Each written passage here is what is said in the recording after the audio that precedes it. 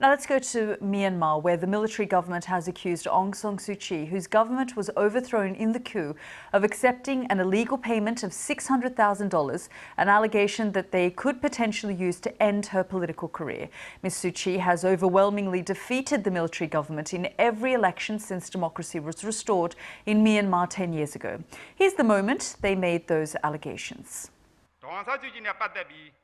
Former Yangon Regional Minister Pho Min Tain said he himself gave Aung San Suu Kyi $600,000 and 7 kilograms of gold between December 2017 and March 2018. Well, meanwhile, at least 7 people are now confirmed to have died in the protest today. Amnesty International has said there is evidence the military is using battlefield weaponry to carry out predetermined killings. Thin Lay Win is a Burmese journalist based in Rome who's been following the events. I asked her what she makes of the military's corruption allegations.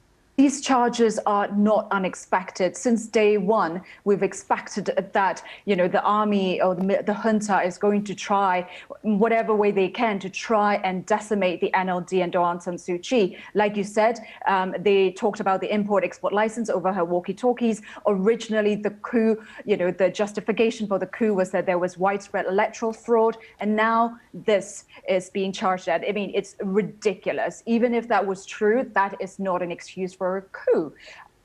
A lot of people's take is that what they're trying to do is to decimate the NLD as well as Aung San Suu Kyi's political career, because like you just said, when they have absolutely zero chance, the military and its proxy political party, to win any elections as long as the NLD runs in these elections.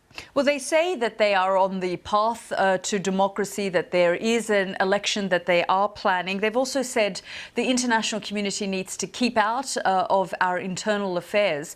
How do you respond to that? Because when you look at the response from the international community, they've issued some sanctions, they've put out some statements condemning it, but frankly, there are many reports and many people within Myanmar who say they feel alone. Oh, absolutely.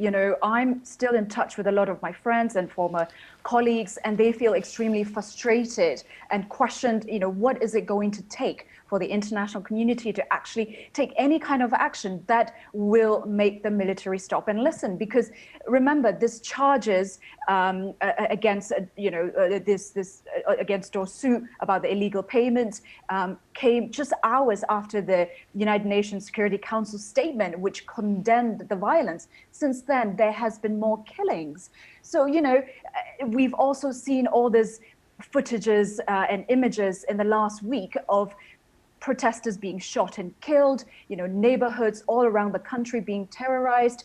That does not look to me like a country on the path of democracy. Of course, the military has always maintained that anything that happens in the country is an internal issue and that they are the guardians of the democracy and constitution. But they have also proved time and again that that is just not true. And Amnesty has now put out this report saying there's extensive evidence of systematic and premeditated killings. And the BBC had some exclusive reports yesterday with police who had defected and said that they were ordered to shoot at protesters. Every day it feels like the situation is getting more bloody, more brutal.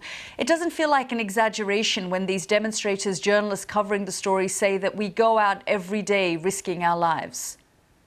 Oh, it's absolutely, you're absolutely right. The escalation has gotten so much worse in the last couple of days. And, like you said, the Amnesty said that, the junta has deployed, battlefield weaponry. But I want to make it clear that there are no two sides to this. It has been extremely one-sided so far, the violence. This is not a war zone or a battlefield. It is a massacre. It's a slaughter against unarmed protesters by the security forces.